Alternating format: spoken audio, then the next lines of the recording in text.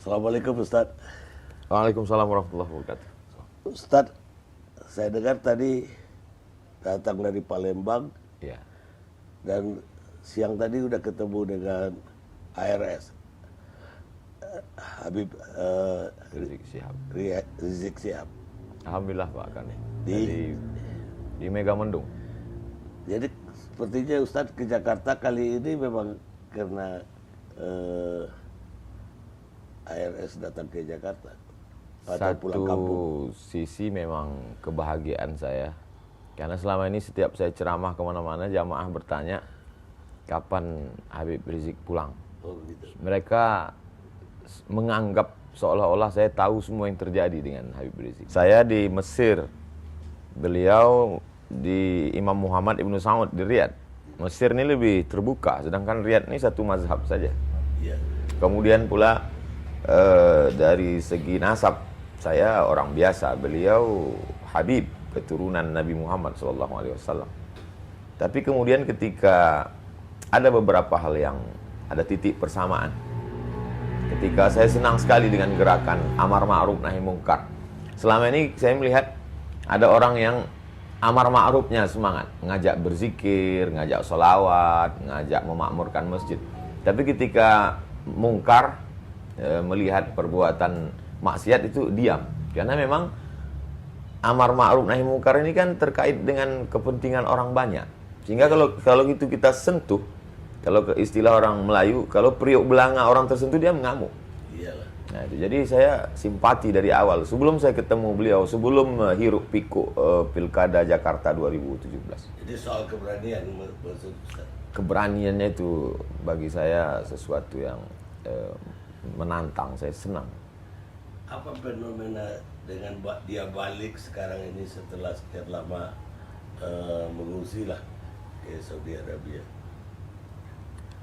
Kalau sekarang itu kan kita lihat Pak Karni, beberapa FB sahabat-sahabat kita itu kan dihilangkan berita terkait semua yang menulis HRS, Imam Besar, Habib Rizik Syihab itu kan langsung hilang. Kemudian yang posting-posting Instagram juga hilang. Saya masih ingat itu ketika kami umroh Januari 2018 di Makkah.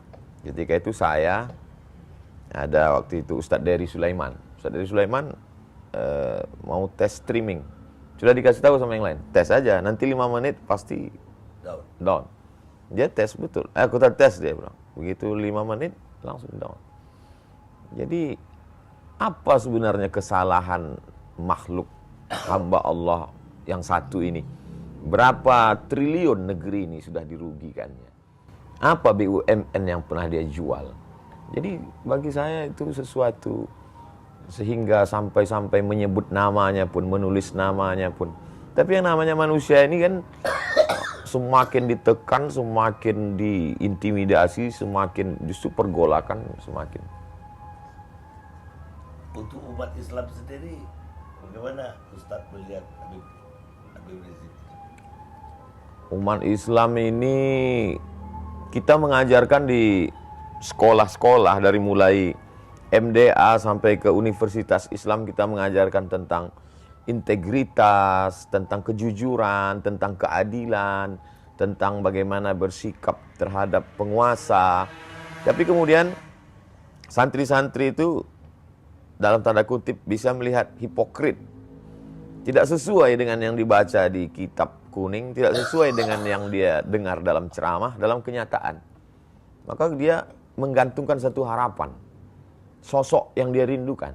Dan itu terjawab pada diri Habib Rizik Syihab.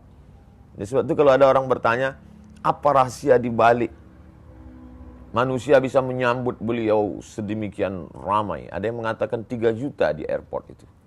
Apa di balik itu semua? Kalau bagi saya simpel saja. Orang sedang mencari sosok. Kemana dia menggantung harapan? Ketika dia lihat sosok itu, hatinya sudah terpaut. Kalau sudah cinta, apapun dia lakukan. Dengan mata saya, kepala saya sendiri, Pak Karni, saya melihat ibu-ibu menggendong anak berhenti di tengah jalan karena lelah berjalan kaki tadi. Karena untuk menuju lokasi markas dakwah pesantren Habib Rizik di Megamendung itu jalannya berkelok, mendaki, jalan tanah, melewati dan mobil tidak masuk. Mereka jalan kaki. Apa yang mereka cari? Tidak ada pembagian sembako. Tidak ada makanan, tidak apa. Maka mungkin mereka pun tidak melihat Habib Rizik. Tapi mereka merasakan kepuasan batin. Simbol gitu. Simbol. Ikon. Sebagaimana cintanya anak muda kepada penyanyi R&B atau K-pop. Begitu juga lah umat yang haus, rindu. Satu sisi mereka melihat dia sebagai ulama. Satu sisi mereka melihat dia sebagai pejuang keadilan. Satu sisi mereka melihat dia sebagai orang tertindas, teraniaya. Tapi ada satu sisi lagi juga mereka melihat dia sebagai keturunan Rasulullah SAW.